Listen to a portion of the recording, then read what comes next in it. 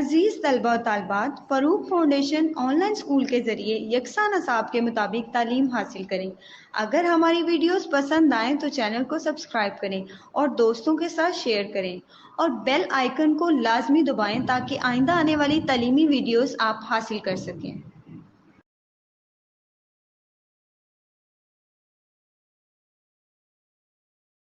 Assalamualaikum students. Here I'm teach to physics class 9th. Students, if you listen and watch all these video lectures with full attentively, then hope so you will get excellent marks in the exams. मेरी parents से भी एक request है, वो अपने बच्चों को online learning के बारे में उन्हें अवेयरनेस दें ताकि बच्चे अपनी स्टडी को कंटिन्यू रख सकें। स्टूडेंट्स, इस तरह ऑनलाइन लर्निंग करके आपको किसी इंस्टीट्यूट या किसी ट्यूटर से भी हेल्प लेने की ज़रूरत नहीं पड़ेगी। होप सो आपके बहुत सारे कंसेप्ट्स भी क्लियर होंगे। फ़रूक फाउंडेशन ऑनलाइन स्कूल के तहत आप ग्रेड 1 से लेके ग्रेड 10 तक हमारे इस यूट्यूब चैनल पर ऑल वीडियो लेक्चर्स मौजूद हैं। उम्मीद है हमारे ये वीडियो लेक्चर्स आपके एग्जाम्स की प्रिपरेशन के लिए आपके लिए बहुत हेल्पफुल होंगे। स्टूडेंट्स, मेरी आपसे एक रिक्वेस्ट है, आप हमारे इस यूट्यूब चैनल को सब्सक्राइब कीजिएगा, लाइक कीजिएगा और शेयर कीजिएगा। Thank you so much students. Now discuss about the chapter number 3 which is dynamics. और आज हम टॉपिक डिस्कस करेंगे चैप्टर नंबर 3 का थर्ड टॉपिक है फ्रिक्शन। क्लियर, हम लोग डिस्कस करेंगे बेसिकली फ्रिक्शन क्या है। स्टूडेंट बेसिकली फ्रिक्शन बेसिकली कहते हैं रगड़ को, ठीक है, रुकावट को, जो कि हमारी मोशन को रोक देती है। ठीक है, क्या आपने कभी नोट किया है अगर एक बाईसाइकिल को जो पैडलिंग है उसको बंद कर दें तो वो खुद ब खुद रुक जाती है? ऐसा क्यों होता है? सिमिलरली अगर एक आप बॉल को थ्रू करें तो वो बॉल भी थोड़ी देर के बाद खुद ब खुद रुक जाती है। ऐसा क्यों होता है? Just because of friction. The force that oppose the motion of moving object is called friction. जो किसी भी मूविंग ऑब्जेक्ट की मोशन को अपोज करती है उसे कहते हैं हम लोग friction. Clear? The force that oppose the motion of moving objects is called friction. जो moving objects की motion को oppose करे, this is known as friction. Clear? Friction is a force and come into action as soon as body is pushed or pulled over a surface. Friction depend करती है किसी भी object की surface पर और nature पर. Clear? In case of solid, the force friction between two bodies depend upon many factors such as nature of two surfaces is contact and the pressing force between them. अगर आप अपने एक हाथ को रब कर रहे हैं, ठीक है, एक टेबल के ऊपर रब कर रहे हैं तो उसमें फ्रिक्शन और तरह की होगी। Similarly carpets, polish marble, surface bricks. Similarly students, अगर हम लोग you will find smoother is the surface, easier is to move over the surface. अगर तो surface smooth है तो वहाँ पे उसको किसी भी object को move करना हमारे लिए easy होगा। Moreover, harder you press your palm over the surface, more difficult would be it to move. अगर तो surface hard है तो वहाँ पे obviously उनको किसी भी object को move कराना मुश्किल होगा। Clear? Similarly students, अगर हम अपने हैंड्स को फोर्सफुली रब करें, ठीक है, जब हम लोग फोर्सफुली उनको रब करेंगे तो वहाँ पे भी फ्रिक्शन और ज़्यादा हो जाएगी। इनडायरेक्टली स्टूडेंट्स हम कह सकते हैं जो फ्रिक्शन है वो डायरेक्टली प्रोपोर्शनल है फोर्स के। ठीक है, जितनी फ्रिक्शन ज़्यादा होगी फोर्स इतनी ही ज़्यादा होगी। क्लियर? फ्रिक्शन बेसिकली दो चीज़ों पर डिपेंड कर रही है। क्लियर? अब स्टूडेंट्स हम नेक्स्ट अगर हम लोग देखें कोल्ड वेल्स, अगर देखें कि नॉर्मली जितनी भी सरफेस हैं वो स्मूथ नहीं होती। बज़ाहिर आपको एक चीज़ सरफेस स्मूथ नज़र आ रही है लेकिन इसमें माइक्रोस्कोपिक लेवल पे अगर हम लोग इस सरफेस को देखें तो ये स्मूथ नहीं होगी। इसमें भी कुछ हमारे पास अप्स एंड डाउन्स होंगे। आप यहाँ पे देख सकते हैं कि हम लोगों ने दो बॉक्स को एक दूसरे के ऊपर प्लेस किया, ठीक है, आपको बज़ाहिर नज़र आ रहा है कि ये इनमें कोई किसी किस्म की कोई पिट्स नहीं है। अगर हम इनको माइक्रोस्कोपिक लेवल पे ऑब्जर्व करें कि तो हम यहाँ पे इसमें कुछ पिट्स नज़र आएंगे। क्लियर? तो ये शो करता है कि ये सरफेस भी स्मूथ नहीं है। तो बेसिकली सरफेस स्मूथ ना होने की वजह से, ठीक है, तो ये हमारे पास ब्लॉक रेस्ट की हालत में पड़ा है। अगर हमारे पास सरफेस बिल्कुल स्मूथ होती, ठीक है, तो ये ब्लॉक स्लाइड करके नीचे गिर जाता। क्लियर।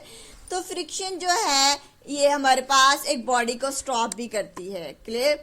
नॉर्मली हम लोग ये अज्यूम करते हैं फोर्स एक ऐसी प्रॉपर्टी है, एक ऐसी टर्म है जो किसी भी ऑब्जेक्ट को मूव करवाती है।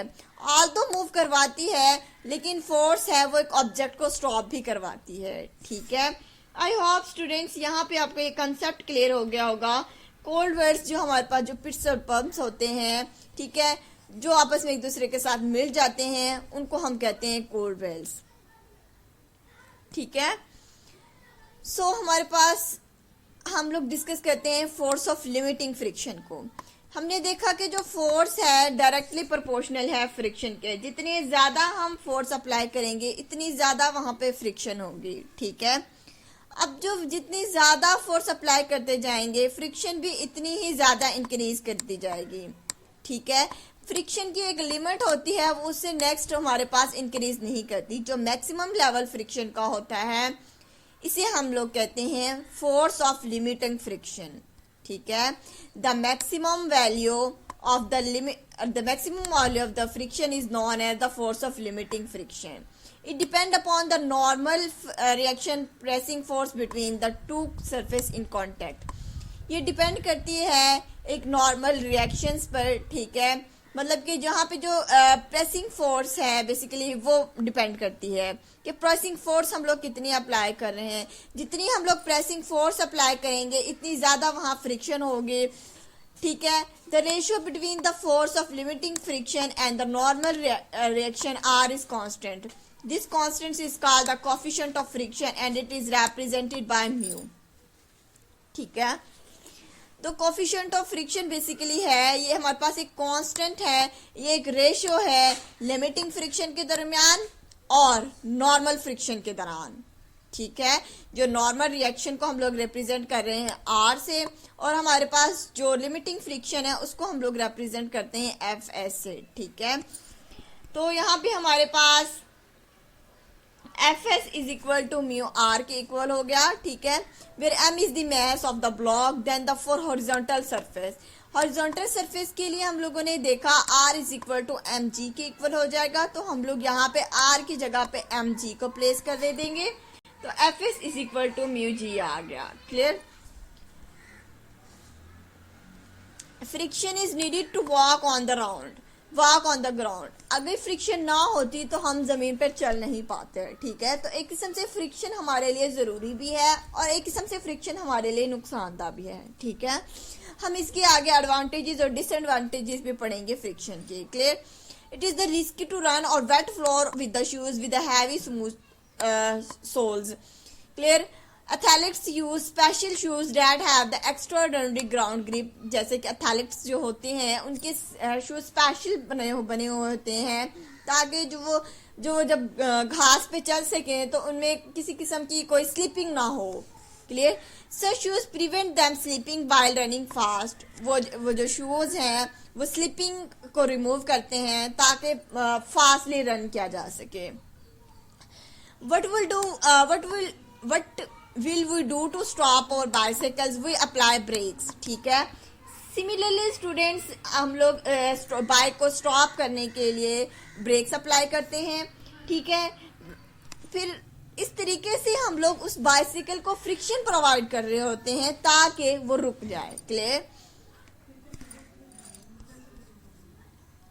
सिमिलरली स्टूडेंट्स जब हम लोग बाहर ब्रेक्स बाइसिकल्स के लिए ब्रेक्स को अप्लाई करते हैं, ठीक है, जो रबर पैड्स होते हैं वो बाइसिकल्स के मतलब अगेंस्ट रिम प्रोवाइड फ्रिक्शन। ठीक है। It is the friction that stop the bicycle. ये फ्रिक्शन ही है जो बाइसाइकिल्स को स्टॉप करती है।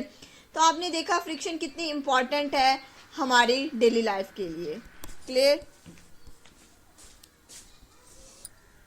स्टूडेंट्स अब हम लोग डिस्कस करेंगे रोलिंग फ्रिक्शन को। रोलिंग फ्रिक्शन बेसिकली क्या है? एक ऐसी फोर्स ऑफ फ्रिक्शन है जो रोलिंग बॉडीज के दरमियान होती है। ठीक है। और उस सरफेस के दरमियान होती है जिससे वो ऑब्जेक्ट रोल कर रहा होता है। ठीक है। For example tyre. ठीक है। अब जो टायर है वो रोल कर रहा होता है, बल्कि स्लाइड नहीं करता है। ठीक है। अब ये टायर रोल किस तरह से करता है, अगर हम लोग बात करें, टायर का कुछ हिस्सा एक ऐसा होता है जो कि रोड के साथ कांटेक्ट होता है। ठीक है।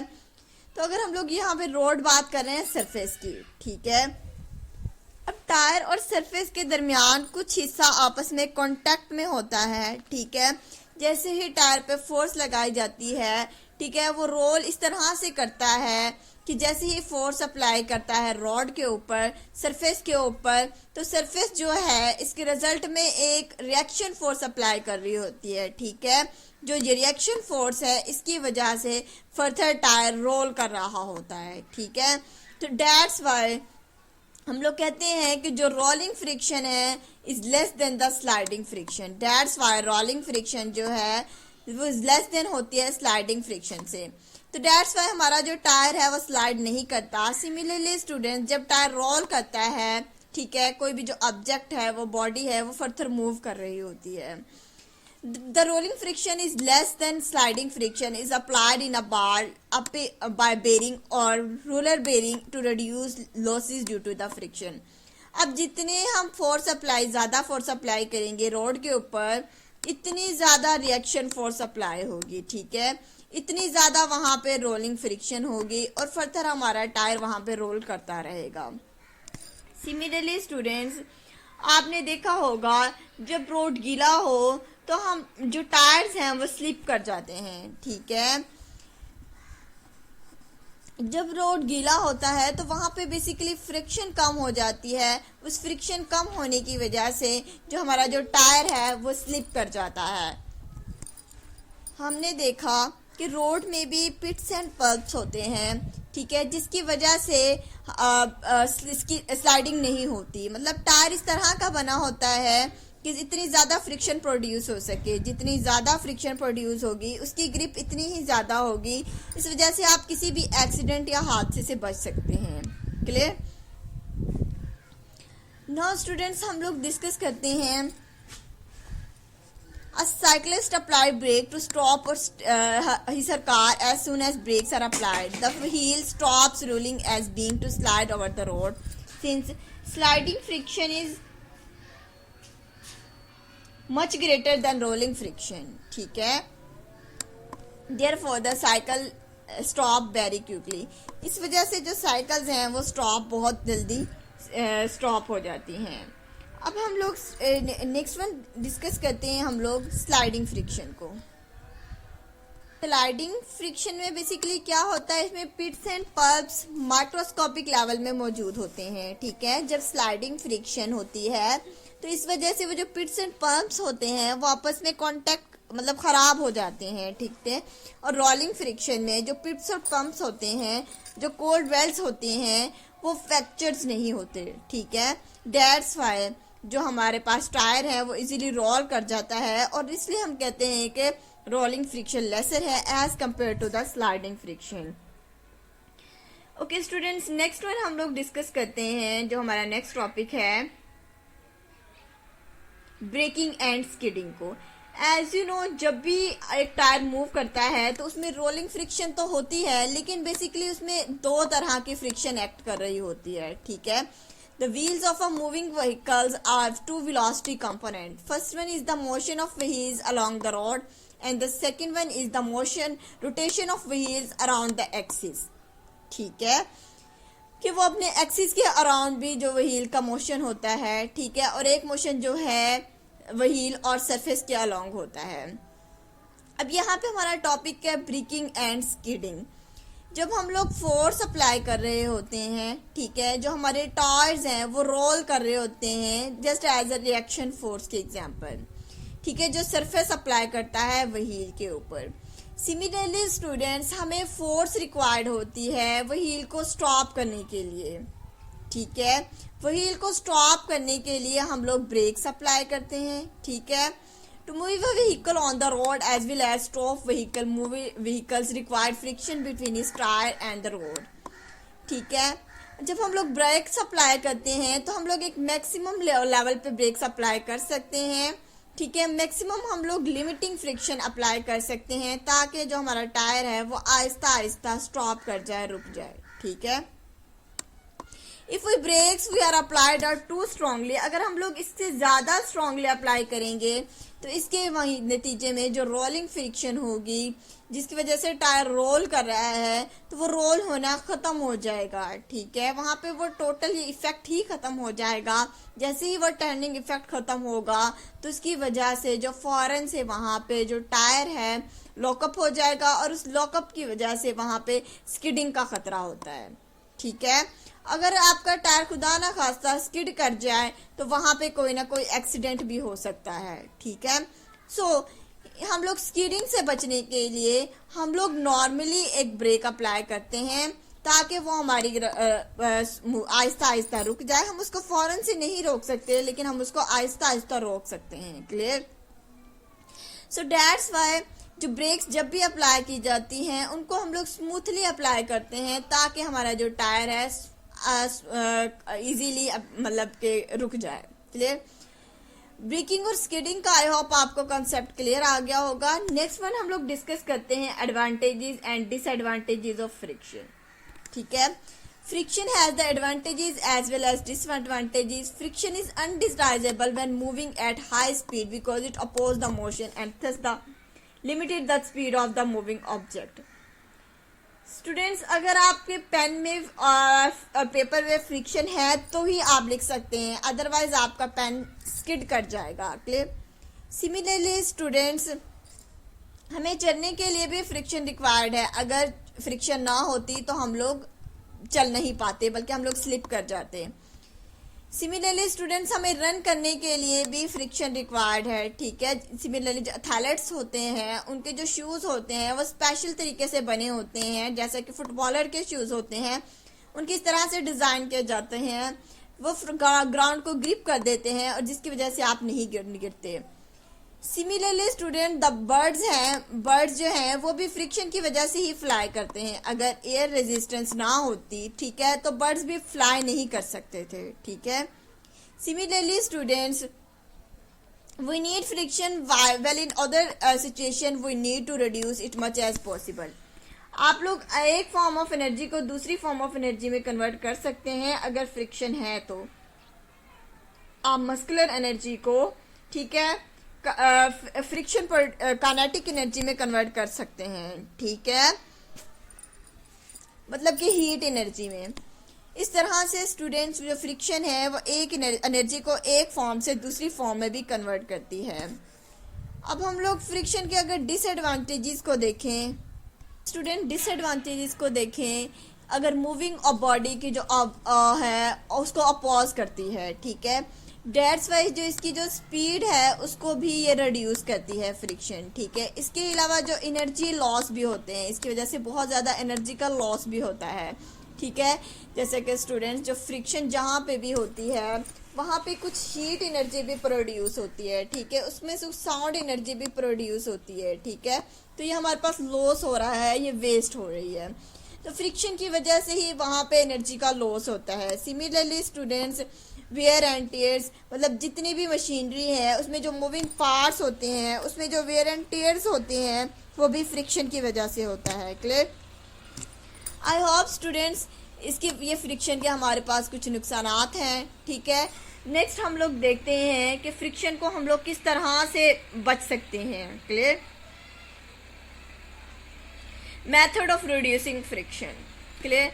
फर्स्ट वन हमारे पास है making the sliding surface smooth. मतलब जितने भी जो स्लाइडिंग सरफेस है उनका जो कांटेक्ट पॉइंट है उसको स्मूथ बना दिया जाए तो वहाँ पे जो फ्रिक्शन है वो कम से कम हो जाती है। दैट्स मीन हम लोग सरफेसेस को स्मूथ बना के फ्रिक्शन को कम कर सकते हैं। मतलब वहाँ पे जो कोल्ड वेल्स हैं उनको स्मूथ करके हम लोग फ्रिक्शन को कम कर सकते हैं। ठीक है। सेकेंड वन हमारे पास है making the fast moving object as the streamline shape such as the core airplanes etc this causes the smooth flow.